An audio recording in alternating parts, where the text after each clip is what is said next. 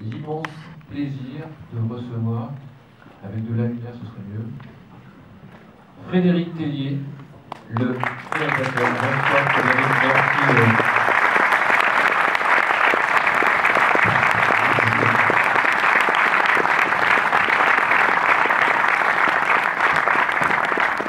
Nous avons aussi la chance d'avoir Patricia Touranchot qui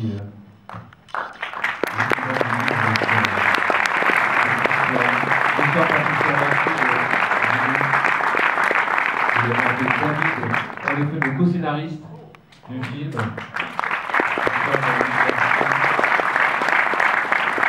Claude Stéphanie, comédienne dans le film.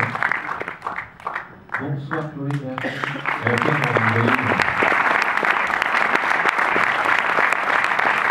François Rabel.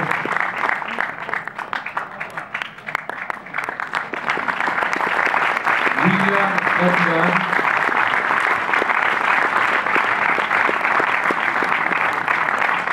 Et Raphaël Personnage.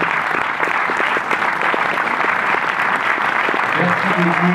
Et je rappelle que les personnes qui sont dans la salle de oui, il y a un président ici, le président du tribunal, et je crois qu'on a aussi deux ou trois acteurs dans la salle qui peuvent nous rejoindre. Il y a Nora. Nora doit être quelque part, et Maxime Bayeul, à mon avis, qui peuvent se joindre. Bravo. Voilà.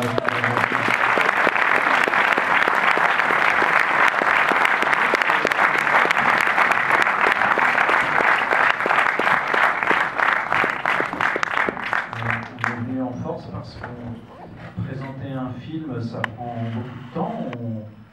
On le présente un peu partout en France avant la sortie. On avait commencé par Paris et on finit ici, chez toi, ce soir. Donc on revient à Paris. C'est pour ça qu'on est venus tous vous voir.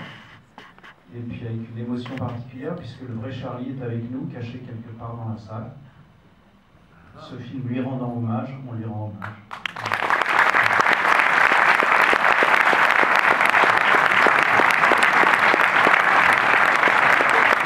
On va pas appeler le producteur qui se cache sur le côté, mais voilà, qui ne veut pas venir, donc il se cache.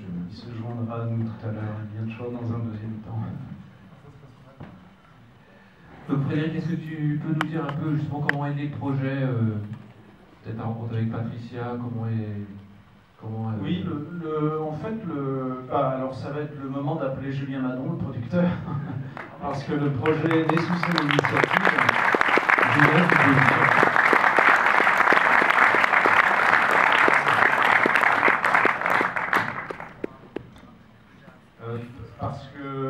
Parce qu'un soir, on a parlé, Julien m'avait demandé ce que j'avais en tête. Je lui ai parlé de plusieurs affaires, de plusieurs histoires, dont celle-ci. Et c'est lui qui a décidé d'en faire un film. Pourquoi? Il va peut-être répondre plus lui, mais en tous les cas, c'est vrai que cette histoire qui nous appartient à tous, qui est 10 ans de notre histoire commune, n'avait pas été traitée ni à la télé, ni au cinéma, ni dans un grand documentaire.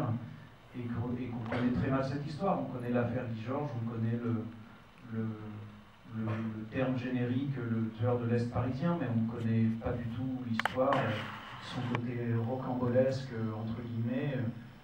Voilà, donc on a voulu la réhabiliter pour plein de raisons, mais en particulier parce que ça n'avait pas été fait, quoi.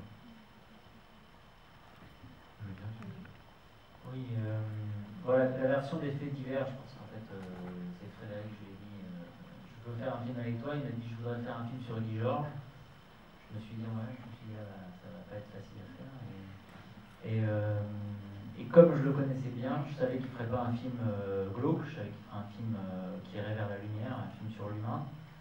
Et donc j'ai dit, ok, alors faisons un film sur cette affaire.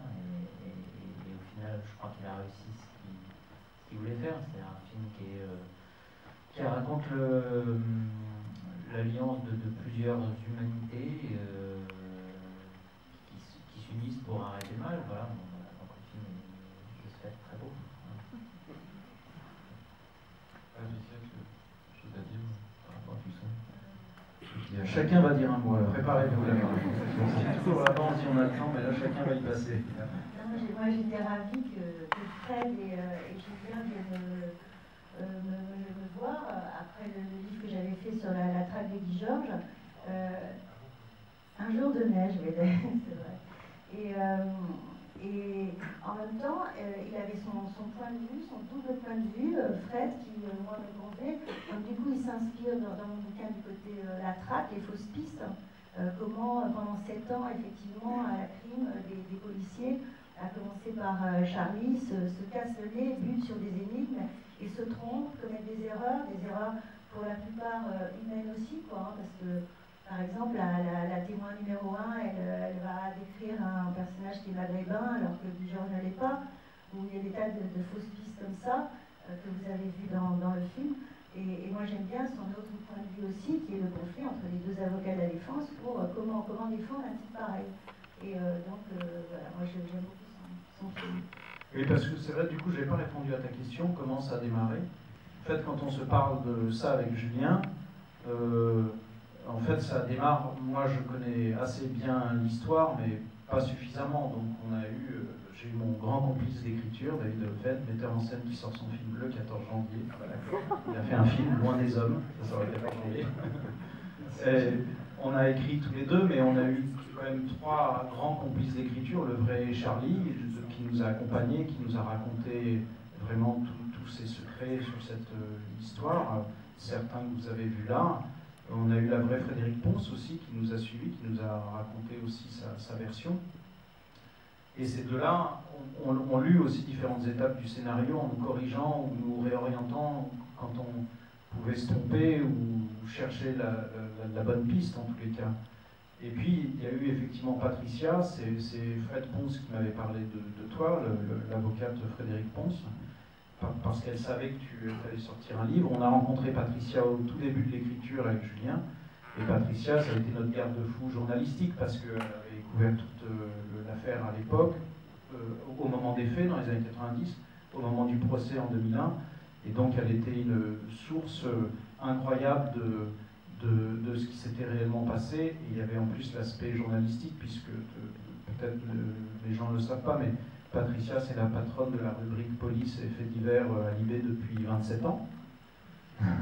Donc elle connaissait tout ça par cœur, et il y avait ce livre effectivement qui était écrit sur Guy Georges, qui n'est pas tout à fait ce qu'on en a fait, parce que toi il y avait un double point de vue police et la vraie vie de Guy Georges, et que nous on avait décidé d'aller du côté de la vie, de la lumière qu'il y avait au bout de cette histoire. Voilà, mais elle connaissait plein de choses, on a eu accès à beaucoup de documentation et de précision sur l'affaire, puisque d'ailleurs c'est toi qui me l'as dit un jour, 80%, je ne sais pas si c'est vrai, mais enfin, de cet ordre-là, de ce que vous voyez là, ça s'est passé comme ça, puisque c'est essentiellement des condensés de procès-verbaux ou des choses qu'on a résumées qui sont réellement passées. Voilà. Ça va être à toi, David, évidemment.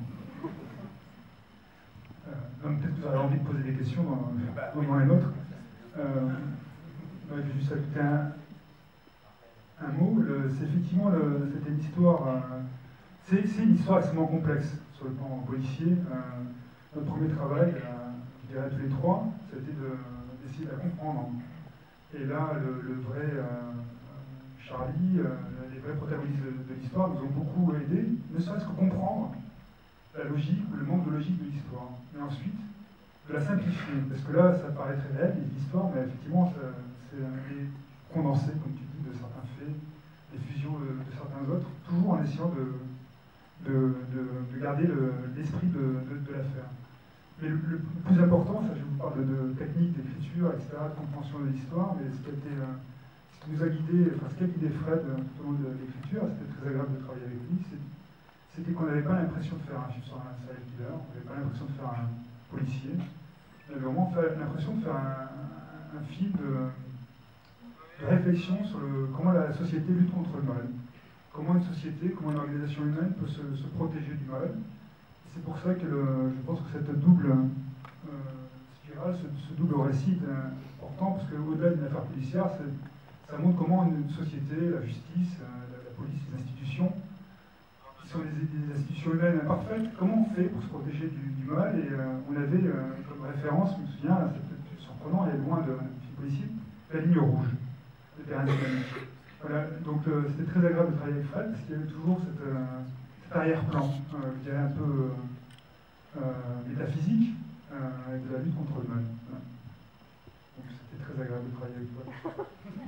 Pareillement, David. J'aime beaucoup ton film. Qui sort le 14 janvier. Il y a Chloé Stéphanie qui joue Coco. Bonsoir. Y a-t-il des questions? Parce que Raphaël meurt d'impatience d'avoir plein de questions.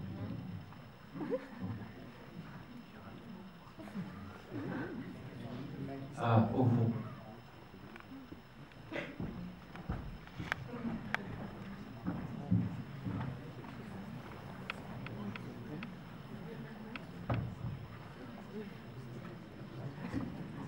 Bonsoir, j'avais une question pour M.